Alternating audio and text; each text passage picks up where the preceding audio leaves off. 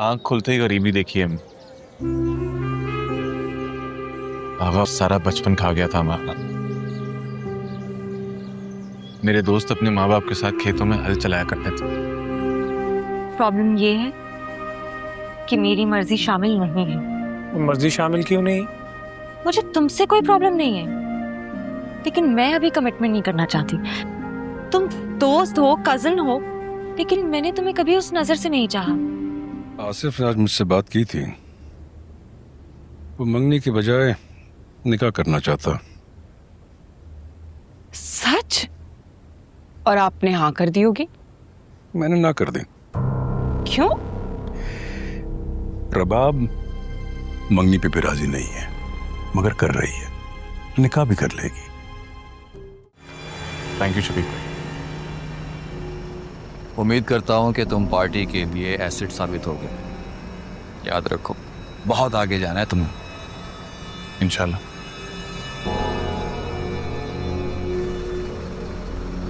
आज से तुम ये फोन यूज करोगे, तुम्हारी सिम इसमें डाल दी है। आज से बड़ा बड़ा सोचना शुरू करो। मिलते रहेंगे। खुदा हाफिज। खुदा हाफिज।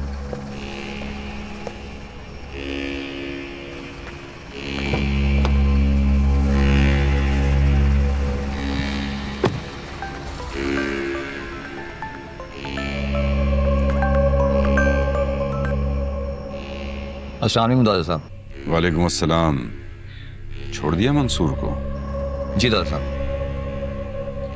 इस पे जरा खास नजर रखना, रागा की बेटी पर भी। जी दादा साहब, आपको लगता है कि ये लड़का हमारे किसी काम आ सकेगा? क्योंकि काम बहुत बड़ा है और ये सिर्फ एक यूनिवर्सिटी का स्टूडेंट है। बिल्कुल काम आ सकता है। इसकी जो भी डिमांड्स हैं पूरी करना। ठीक है दादा साहब, ऐसा ही होगा। खुदा हाफिज। सिवाय उन ठुड्डों के जो मैंने तेरे लिए बाहर खाए ना, मेरी तबीयत बिल्कुल ठीक। क्या चल रहा है? कौन थे वो? दादा साहब ने बुलाया था। दादा साहब? नहीं यार, सच्ची? अरे सच कह रहा हूँ यार। कह रहे थे बहुत तारीफ सुनी है मेरी और खुद मिलना चाहते थे मुझसे। और मुझे ऐसा लगता है कि ताहिर भाई लापता है तो शायद कोई और जिम्मेदारी भी देंगे मुझे, है ना? यार मुझे भी मिलवाना कभी। अरे मिलवाएंगे प्यारे, जरूर मिलवाएंगे। वक्त आने दे जरा। अच्छा ये तो बताओ, रुबाब से मीटिंग कैसी रही? हाँ क्या हो यार वो तो मैं भूल गया। तू भूल गया? हाँ तो मैं कॉल करता हूँ उसे। यार उसकी मिस कॉल आएंगी। रुक मैं कॉल बैक करता हूँ।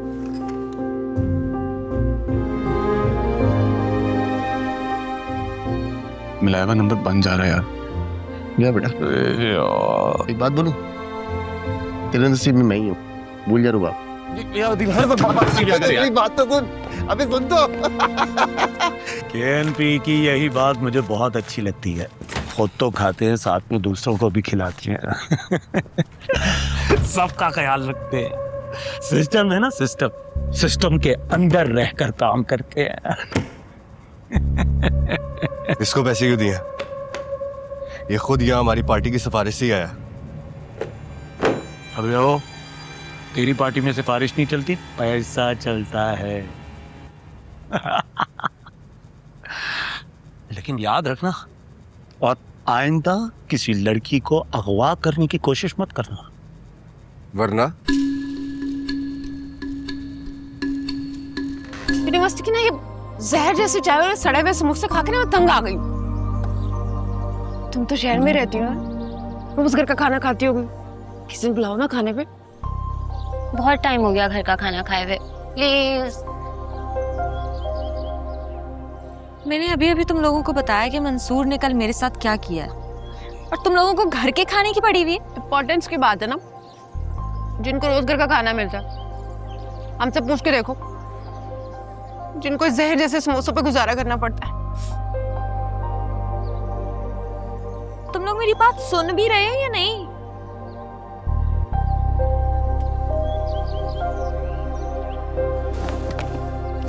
मुझे बात करनी है। मुझे बात नहीं करनी। अरे कर लो बात, तो इंसिस्ट कर रहा है बेचारा। जिस इंसान की नज़र में आपकी कोई अहमियत ही ना हो, उससे बात करने का क्या फ़ायदा? पॉइंट। देखो अहमियत है, ऐसा नहीं है, बस मुझे जतानी नहीं आई। मैं ये भी जानता हूँ कि मुझे अपनी प्रेफरेंसेस अपने पास ही रखनी चाहिए थी, और अगर मैं ये कह गया कि मेरी नज़र में तुम्हारी अहमियत किससे कम है तो ऐसा कुछ नहीं है। अगर तुम्हें ऐसा लगा तो उसके लिए आई एम सॉरी। मैं आइंदा ख्याल रखूँ।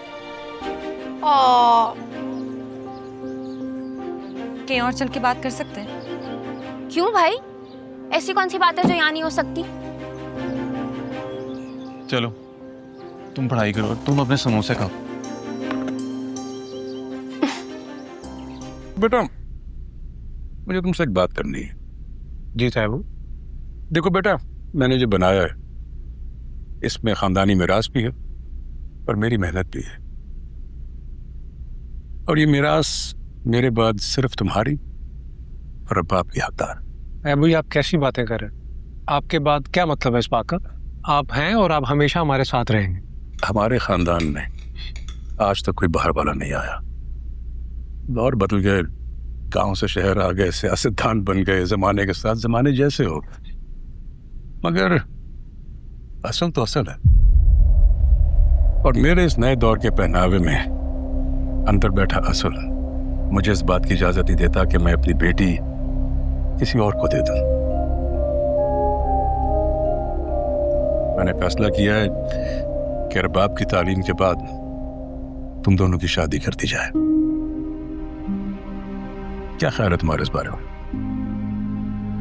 मैंने आज तक आपकी कोई बात नहीं टाली। लेकिन आसिफ बेटा, तुम्हारी मर्जी शामिल है ना इसमें? जी मेरी मर्जी शामिल है।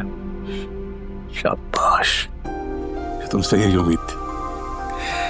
इंशाल्लाह जल्द तुम दोनों की मंगनी की रस्म अदा कर दी जाएगी।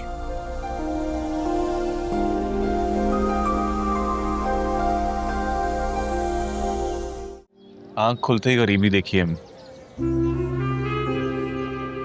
आगा सारा बचपन खा गया था हमारा। मेरे दोस्त अपने माँ बाप के साथ खेतों में हल चलाया करते थे। वो तो मेरे बाबा थोड़े बगावती निकले तो मुझे और मेरी बहन को पढ़ाया उन्होंने। ये तो अच्छी बात है। फिर तुमने क्यों कहा कि तुम्हारा कोई ताल्लुक नहीं है उनसे? यही तो वजह है ताल्लुक ना होने। शऊर दिया उन्होंने, और उस शऊर ने कई सवाल पैदा कर दिए। मैं इन गुलामी की जंजीरों को तोड़ना चाहता था, लेकिन मेरे बाबा सिर्फ अपनी जात तक महदूद रहना चाहते थे। एक अकेला इंसान कुछ नहीं कर सकता। हमारे इर्द गिर्द जो माशरा है, अगर वही गुलामाना सोच का मालिक होगा तो हम भी उसी सिस्टम का, उसी माशरे का हिस्सा है ना। तुम्हें बहुत गुस्सा है ना इस सिस्टम पर। प्रॉब्लम ये है कि मेरी मर्जी शामिल नहीं है। मर्जी शामिल क्यों नहीं? मुझे तुमसे कोई प्रॉब्लम नहीं है, लेकिन मैं अभी कमिटमेंट नहीं करना चाहती। तुम दोस्त हो, कजन हो, लेकिन मैंने तुम्हें कभी उस नजर से नहीं चाहा। किसको चाहा? किसी को नहीं चाहा। और अगर चाहा भी हो तो तुम्हें बताना क्यों जरूरी है? बिल्कुल जरूरी है। हम दोनों की शादी होने जा रही है और तुम्हारी जिंदगी में क्या कुछ चल रहा है इसका पता होना मुझे बिल्कुल जरूरी है। और ये तुम्हारा बिहेवियर मेरे साथ बहुत डिफरेंट है, जो मेरी समझ से बिल्कुल बाहर है। हम दोनों को ये बात पता है कि हम दोनों की शादी होने जा रही है। पता था क्योंकि बताया गया था, और अब मुझे बताया गया समझ नहीं आता। हर बार बस बता देते हैं। मेरी जिंदगी के सारे अहम फैसले बस मुझे बता दिए जाते हैं, लेकिन अब मुझे ये फैसले कबूल नहीं। कबूल तो करने पड़ेंगे। हम डिफरेंट लोग हैं। खानदान है, सियासत है, जिम्मेदारियां हैं, खून एक है। और तायाबू अपने खून में मिलावट को कभी भी एक्सेप्ट नहीं करेंगे, और मैं भी कबूल नहीं करूंगा। तुम्हारे खून की मिलावट की वजह से मैं अपनी जिंदगी खराब कर दूं, लेकिन तुम्हारी नजर में इसकी कोई अहमियत नहीं होगी। तुम्हारे लिए ये जागीर है और ये सियासत ही सब कुछ है।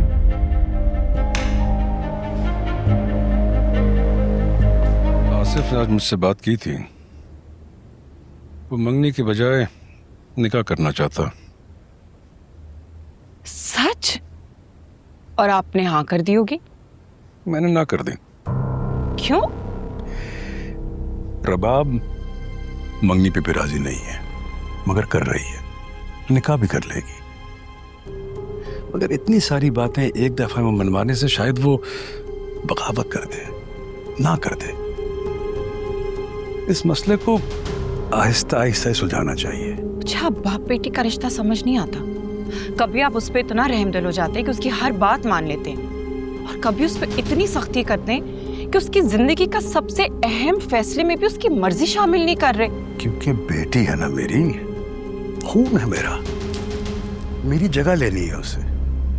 तुम्हें पता है आसिफ अपनी नौकरी के बारे में शिकायत करता रहता है, छोड़ने को कहता है, तो मैं उसे हर दफा एक नई पोस्टिंग दिला देता हूँ, उसका मसला सॉल्व कर देता हूँ। हाँ, काफी दफा छोड़ने की कोशिश कर चुका है, लेकिन आप हर दफा मना कर देते।